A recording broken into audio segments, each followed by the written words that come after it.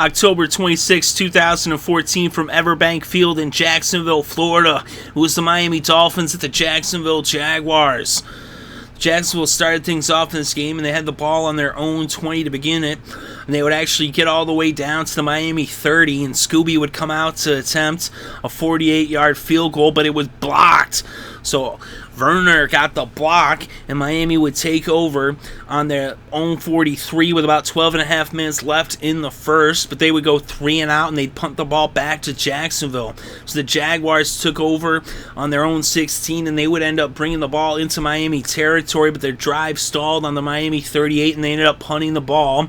And so Miami now took over on their own 9-yard line with about a little less than 5 minutes left in the first quarter. They would go 3 and out yet again. And so now Jacksonville took over on the Miami 49 with about 3 minutes left in the first, and they would end up bringing the first quarter to a close as they had gotten into field goal range. And so after one, it was still knotted up at a goose egg. So now to begin the second quarter, the Jacksonville Jaguars had the ball on the Miami 28. It was 1st and 15. Blake Bortles dropped back to pass, and he was intercepted by Delmas, and he ran it back 81 yards for the pick six and the touchdown, as the Miami Dolphins got on the board first, and it was now 7-0 Miami over Jacksonville. So now the Jaguars would take over the ball on their own 22, and they would bring it across midfield and into Miami territory. They got into the red zone. It was 2nd and 7 on the Miami 17, but then a penalty of false start would bring them back to the 22. Then Denard Robinson picked up 3 yards to bring it to the 19, and then Bortles hit Robinson for a 7-yard pass, and it was now 4th and 2 on the 12, and Scobee would come out to attempt another field goal. This one was up. It was good from 30 yards out, and it was now 7-3 Miami over Jacksonville.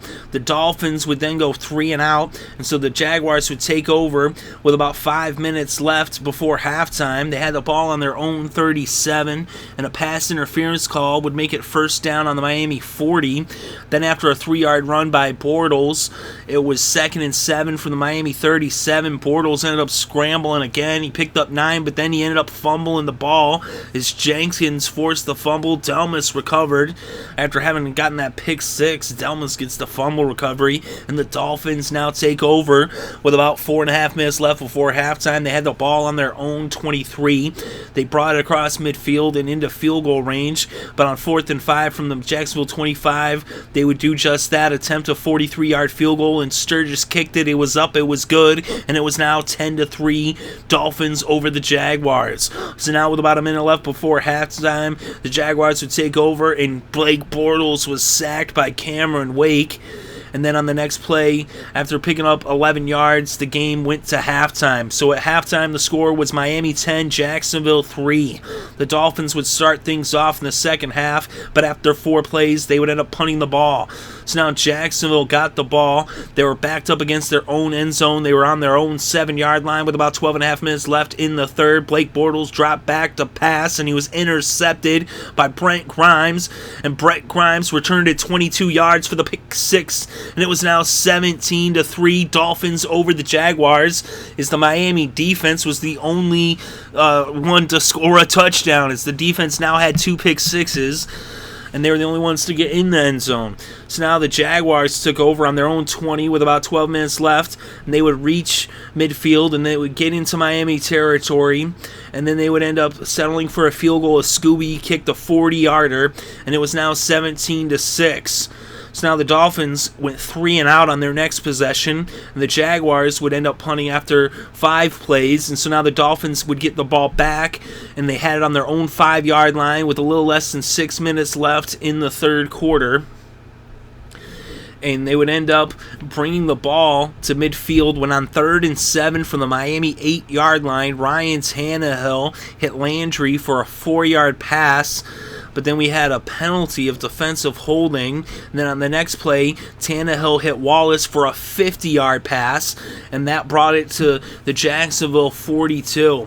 And then on 3rd and 1 from the Jacksonville 33, Lamar Miller ripped a 30-yard run as he brought the ball all the way to the Jacksonville 3-yard line. So now it was 1st and goal. Tannehill dropped back to pass, and he hit Matthews for a 3-yard touchdown. And it was now 24-6 Dolphins over the Jaguars. The Jags would then go 3 and out, and so the Dolphins would now take over with less than a minute left before the end of the third. And after a no gain by Miller, the game went to the intermission between quarters. So after 3, it was 24-6, Miami over Jacksonville. So now the Dolphins took over to begin the fourth quarter. They already had the ball, but it was 2nd and 10 now on the 32 of Miami. And they ended up picking up a first down as Tannehill hit Sims for a 13-yard pass, and then Tannehill hit Thomas for another 13-yard pass. That brought into Jacksonville territory. They would end up getting into the red zone a few plays later, and it would end up being 1st and goal from the 5-yard line. Tannehill dropped back to pass. He was intercepted by Thomas, and the Jaguars would end up taking over. And they had the ball now on their own 20 with the touchback, but they would end up punting the ball 5 plays later, so the Dolphins now would take over with a little over 8 minutes left in this game. They had it on their own 21. They brought the ball to midfield and into Jacksonville territory, went on 2nd and 8 from the 48 of Jacksonville. Tannehill hit Sims for a 38-yard pass, so now it was 1st and goal on the 10. And they would end up having to sell for a field goal as Sturgis would end up coming out to kick a 29-yarder, and it was now 27-6, Miami over Jacksonville. So now the Jaguars got the ball with about 4 minutes left in the game. They had it on their own 20. And they would end up on 3rd and 1 from the 44. Todman ran for an 8-yard pass that brought it to the 48. So now it was 1st down on the 48 for the Jacksonville Jaguars. Blake Bortles dropped back to pass, and he hit Robinson for a touchdown, a 48-yard touchdown that made it 27-13. The Dolphins then took over with about 2 minutes left in the game. They ran the clock out. And the final score in this game, Miami 27, Jacksonville 13. And in this game, Ryan Tannehill was 16 for 29 with 196 passing yards, 1 touchdown, and 1 interception. Tannehill also rushed for 48 yards off of 5 carries. Blake Bortles was 18 for 34 with 221 passing yards, 1 touchdown, and 2 interceptions. He also rushed for 48 yards off of 6 carries. The leading rusher in this game was Denard Robinson with 108 yards off of 18 carries. The leading receiver was Allen Robinson. He had 82 yards off of 5 receptions, one of which was for a touchdown. And the leading tackler in this game was Cyprian of the Jaguars. He had 10 tackles. Jacksonville had 3 sacks. Davis had 2. Marks had 1. The Dolphins had 4 sacks. Jones had a sack. Cameron Wake had a sack. Freeney had a sack. And Fed had a sack. Or Feedy, however you say that. Anyway, and then when it came to interceptions, Thomas had an interception for Jacksonville, and Delmas and Grimes both had interceptions for Miami, both of which they returned for touchdowns. So the Dolphins' defense ended up outscoring Jacksonville. They scored 14. Jacksonville only put up 13, but the final score, Miami 27, Jacksonville 13. The Dolphins are 4-3 with the victory. Jacksonville's 1-7.